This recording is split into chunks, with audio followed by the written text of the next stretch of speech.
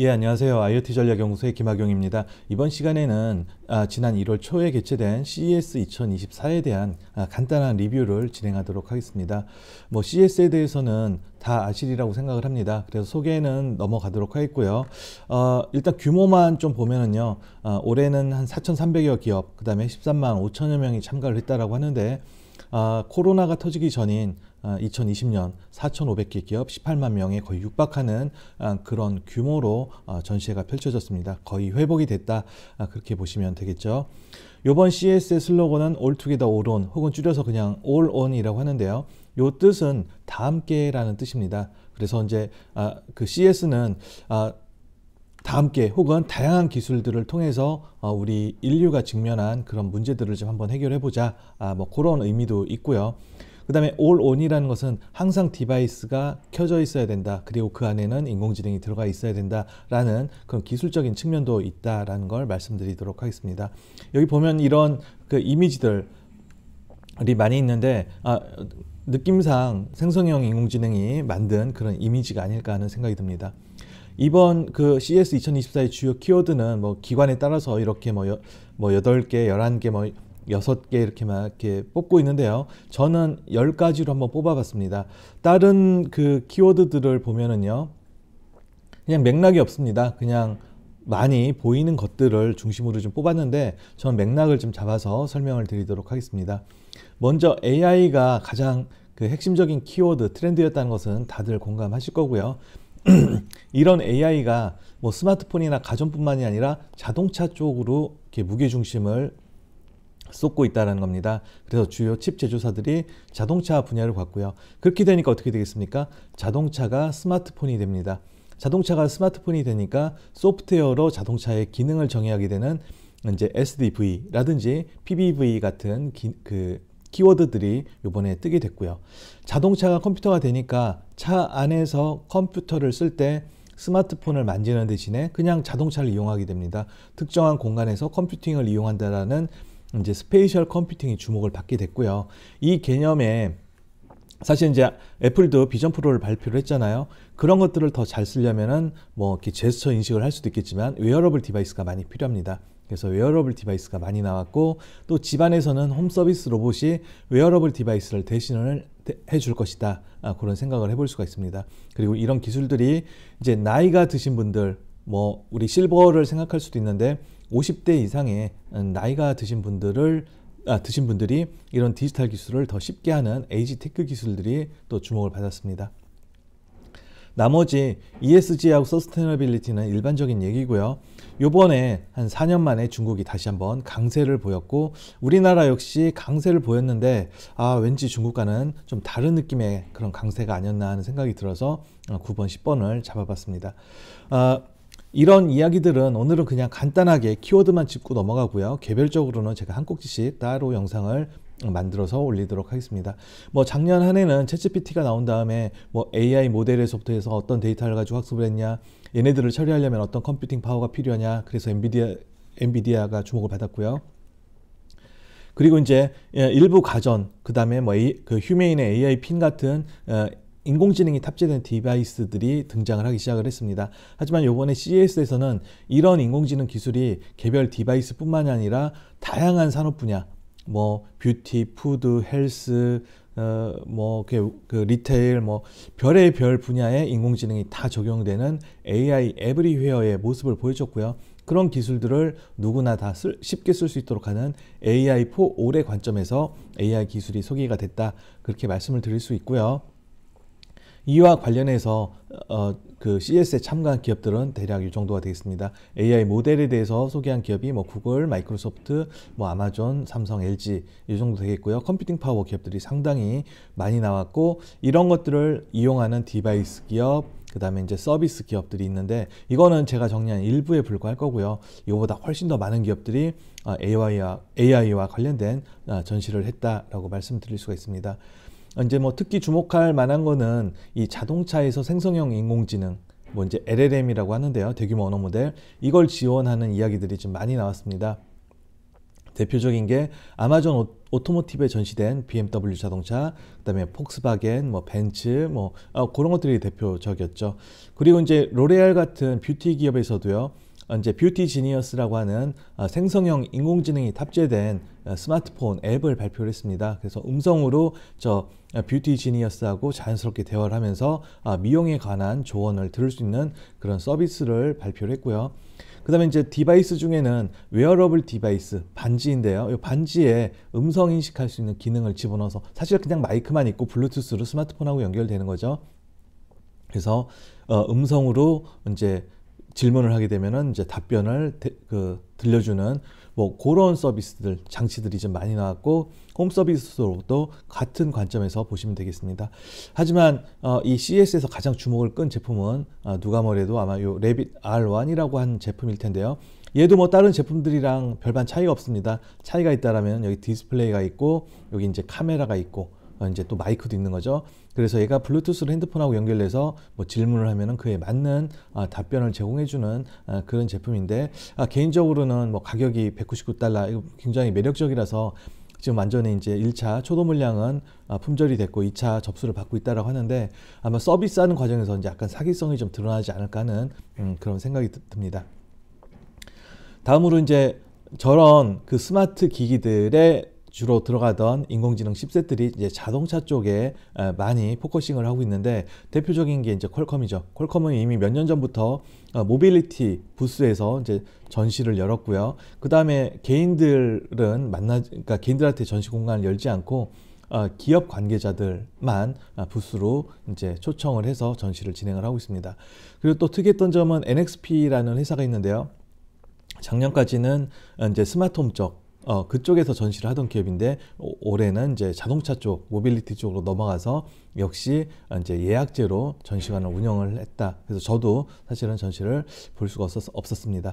이렇게 칩 제조사들이 자동차 쪽으로 간 이유는 뭐냐? 스마트폰 시장이 2018년부터 계속 정체를 하고 있다. 작년에도 연간 판매량이 쉥먼트가 마이너스 3% 정도, 한 3~4% 정도 줄었다라고 이제 발표가 나왔는데요. 그러다 보니까 새롭게 뜨는 모빌리티 시장을 아마 바라보고 이쪽에 공을 들이는 게 아닐까 그렇게 생각을 합니다. 저렇게 자동차 쪽에 AI 칩셋이 들어가게 되면은 자동차가 스마트폰 같은 이제 컴퓨터가 된다라고 말씀드렸습니다. 그렇게 되면 자동차의 개별적인 기능들을 소프트웨어로 정의할 수 있게 되는 SDV, 소프트웨어 디파인드 비클 형태가 된다라고 말씀을 드릴 수가 있고요. 기아차는 이 자동차의 다양한 기능을 탑재하게 되는 PBB, Purpose Built Vehicle을 선보였는데 단순히 특수 목적 차량을 넘어서서 얘네들을 변신시킴으로써 플랫폼 형태로 이용할 수 있는 플랫폼 비욘드 비클 이라는 컨셉도 함께 선보였습니다. SDV의 대표적인 사례는 이제 현대전자의 이 크랩 드라이빙이라고 해서요. 자동차 바퀴를 개별적으로 제어를 해서 이렇게 옆으로 주차를 하는 뭐 이런 거라든지 뭐 회전을 제자리에서 회전을 하기도 하고요. 대각선으로 이동을 하기도 하는 뭐 그런 기능들을 선보였고요. 그거를 자동차가 아닌 주차 보조 장치에 적용한 것이 HL 만도의 파키라고 하는 그런 시스템이 되겠습니다. 뭐 이런 것들 있었었고요. 그리고 이제 이 자동차가 스마트폰이 된다는 것은 아까도 말씀드렸지만 자동차 안에서 컴퓨팅 서비스를 이용할 수 있게 된다. 즉 특정한 공간에서 그 공간과 인터페이싱을 하면서 컴퓨팅 파워를 이용하게 되는 이제 공간 컴퓨팅이 자동차에 접목되기 시작을 하는데 그걸 타깃으로 해서 이제 스냅드래곤 같은 경우는 뭐 디지털 칵핏 같은 컨셉을 제시를 했고요. 벤츠 같은 경우는 뭐 메르세데스 벤츠 오퍼레이팅 시스템 1에서 MBOS 1을 이제 발표를 했습니다. 그래서 이제 여기에서 아예 생성형 인공지능을 탑재를 해서 그냥 자동차하고 자연스럽게 대화를 하면서 자동차의 기능을 제어할 수 있도록 하는 뭐 그런 그 제품들을 시연했습니다. 그리고 이제 공간 컴퓨팅 하면은 아무래도 이제 애플의 비전 프로일 텐데 비전 프로의 짝퉁 제품을 이미 볼 수가 있었었고요. 또 이 비전 프로 같은 헤드셋, AR, 뭐 MR 헤드셋 외에도 이런 투명 디스플레이라든지 삼성전자의 볼리와 같은 이런 프로젝션 기기들을 이용을 해서도 공간 컴퓨팅 기술을 이용을 할 수가 있다. 그래서 저는 이런 투명 디스플레이하고 이 프로젝션 기술에도 주목을 해야 된다라고 얘기를 하고 있는데요. 공교롭게 이 행사가 발표되기 바로 전날, CES가 진행되기 바로 전날 우리 2월 2일부터 애플 비전 프로를 이제 살 수 있게끔 하겠다. 행사가 끝난 1월 19일부터 선주문을 받겠다. 이런 발표를 해서 이제 CES를 약간 김세게 만들기도 했죠. 저런 공간 컴퓨팅은 뭐 다양한 기기들을 이용해서 이제 좀 더 효과적으로 구현을 할 수가 있는데, 좀 몰입도를 높일 수가 있는데, 그 대표적인 기기들이 이제 웨어러블 디바이스입니다. 뭐 반지, 뭐 이제 AR 글래스, 그다음에 조끼, 그다음에 엑소스켈레톤이라고 해서 이제 착용형 로봇 같은 그런 기기들이 있죠. 이 중에서 이제 제가 주목을 했던 거는 다양한 반지 형태의 제품들이었습니다. 반지하면 보통 헬스케어 디바이스로 많이 사용을 하는데, 이렇게 음성을 통해서 자전거에 어떤 정보를 표시한다든지, 아니 뭐 그 생체 정보를 바탕으로 이제 수면 뭐죠? 이 베개의 상태를 제어해서 수면을 더 덮는다든지, 뭐 기기를 제어하는 그런 용도로 사용되는 다양한 형태로 사용되는 모습을 볼 수가 있었습니다. 그리고 이제 그 글래스도 그 한 3개 정도를 제가 본 것 같은데, AR 글래스인 거죠. 뭐 이런 헤드셋도 애플의 그 비전 프로 같은 헤드셋도 좋은데, 그냥 그 일반 안경 같은데 그 투명 디스플레이가 부착되어 있는 AR 글래스도 나름 유용성이 있을 것 같다, 그런 생각이 듭니다. 전시가 끝나고 이제 딱 한국에 돌아왔더니만 또 1월 17일이었나요? 삼성이 이제 갤럭시 S24 언팩 행사를 하면서 마지막에 자신들 갤럭시 링을 조만간 발표하겠다라고 티저 영상을 공개하는 모습을 볼 수가 있었습니다. 다음에 이제 홈 서비스 로봇인데, 행사가 시작되기 전에 LG전자가 AI 에이전트 Q9을 발표를 했고요. 그다음에 삼성은 이제 프레스 컨퍼런스를 통해서 요 볼리 2024년 에디션을 발표를 했는데, 이렇게 근거리 혹은 아까 벽 쪽에 영상을 투사했는데 근거리 혹은 원거리 프로젝션 기능이 들어가 있는 제품이고요. 뭐 여기 나머지 제품들, 여기 엘리크라는 거하고 목시하고 미로키 같은 이런 이제 로봇들 같은 경우는요, 생성형 인공지능이 탑재가 돼서 자연스럽게 대화를 할 수가 있고, 이렇게 얼굴이나 빛을 통해서 어떤 감정을 표시하는 그런 로봇이 되겠습니다. 얘네들은 이제 조만간 스마트홈 기기들하고 연동이 돼가지고 음성으로 이제 집에 있는 기기들을 자연스럽게 제어를 한다든지, 혹은 스마트홈 서비스를 이제 주문하게 되는 그런 역할을 할 것으로 이제 기대가 됩니다.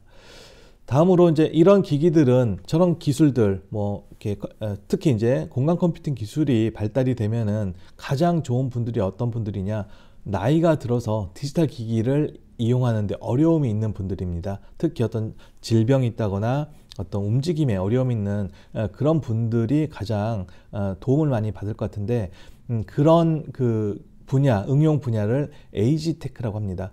에이지테크 하면 이제 실버테크의 이제 또 다른 이름이 될 텐데, 좀 더 범위를 넓힙니다. 실버테크는 뭐 보통 60세나 65세 이상을 얘기하는데, 에이지테크는 50세 이상부터 얘기를 합니다. 그래서 이쪽 시장이 굉장히 커지고 있기 때문에 미국 은퇴자 협회에서 이렇게 커다란 부스를 2개를, 여기 옆에도 하나가 더 있는데요, 2개를 마련을 해서 전시에 참가를 했고, 관련된 기업들 한 10여 개가 이쪽 부스에 참여를 했고요. 또 다른 데에도 여러 개의 기업들이 참여를 해서 관련된 제품들을 전시를 했습니다. 뭐 이렇게 손떨림을 방지하는 그 장치, 그다음에 이제 파킨슨병이 걸린 분들은 보행을 잘 못 하시거든요. 막 이렇게 종종 걸음 치시면서 걷지도 못하시는 분들이 계시는데, 그런 어려움을 해결해주는 이런 장치들이 굉장히 인상적이었습니다.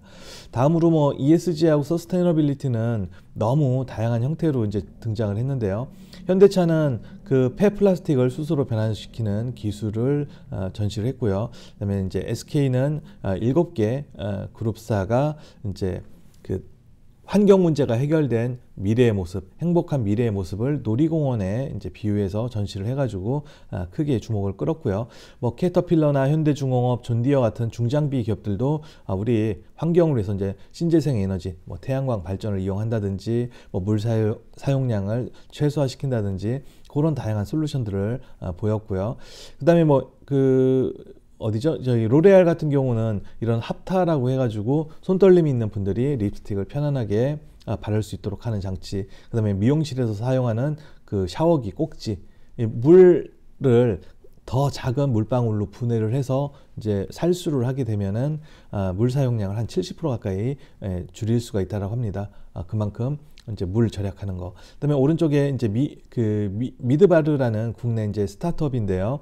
이렇게 튜브식으로 돼 있어가지고요. 여기다 공기를 주입을 하게 되면은 이제 금방 이렇게 온실을 만들 수 있는 그런 공기 주입식 스마트팜 모듈을 이제 공개를 했고요. 이걸 설치를 해서 이제 온실을 빨리 만든 다음에 식물 재배를 하게 되는 거고요. 이 안에서 이제 물을 주게 되면 그 물이 온실 벽에 맺히겠죠. 그 물을 다시 회수를 해서 다시 물을 준다라고 합니다. 그러면은 물 사용량을 90%까지 줄일 수 있다. 뭐 그런 측면에서 이제 최고 혁신상 같은 것까지 수상을 했다고 합니다. 다음으로 주목할 만한 것은 이제 중국인데요.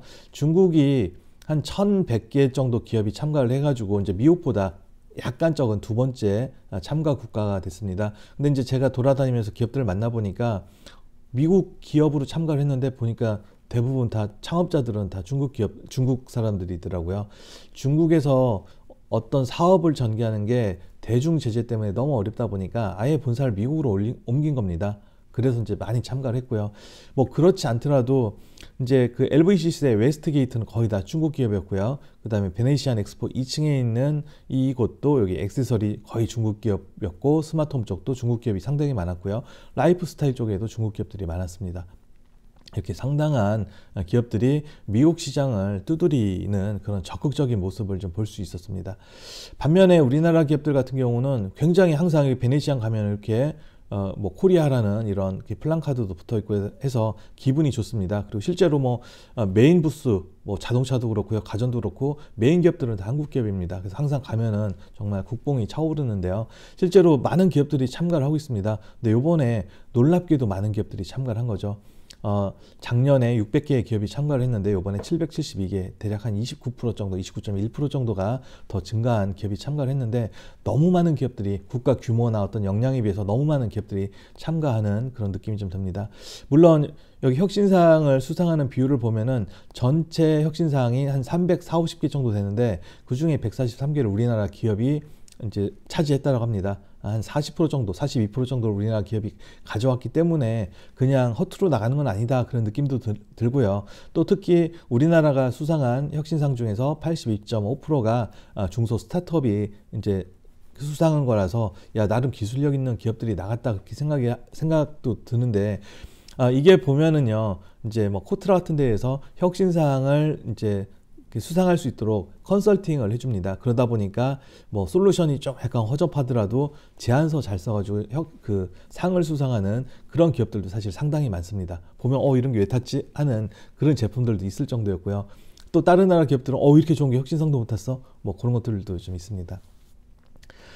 그런데 이제 그 이유가 뭐냐, 여기 보시는 것처럼 여기 이제 베네시안 엑스포, 이제 스타트업들이 참가하는 쪽인데, 베네시안 엑스포 1층에 있는 유레카 파크인데요. 여기 보시면은 코트라관, 어디관, 여기 카이스트관, 포스텍관, 여기도 포스텍관이고요. 서울대관, 성균대관, 막 여러 군데가 있습니다. 여러 군데서 공동관을 만들어서 참가를 한 겁니다.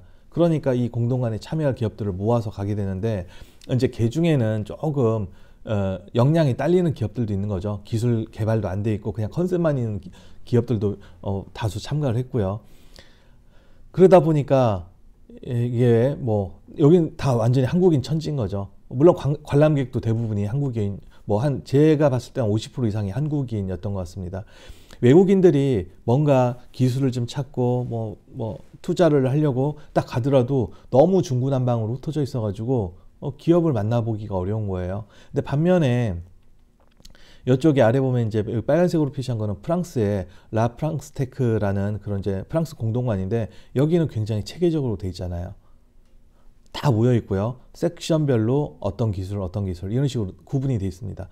내가 만약에 프랑스의 메타버스 쪽에 투자를 하고 싶다, 그럼 쫙 물어서 이쪽입니다 하면 이쪽 가서 이쪽만 딱 보면 되는 겁니다. 근데 우리나라는 여기도 있고 막 흩어져 있습니다. 뭔가 국가 차원에서 이제 좀 조율이 좀 필요하지 않을까 하는 그런 생각이 좀 듭니다. 이상으로 준비한 내용 간단히 말씀드렸고요. 아까 말씀드린 것처럼 각 10개의 주제 중에서 하나씩 말씀드리도록 하겠고, 아마 가장 처음이 이제 온디바이스 AI나 에이지테크 그쪽이 되지 않을까 생각합니다. 다음 영상 많은 기대 부탁드리고 구독, 좋아요 부탁드리겠습니다. 감사합니다.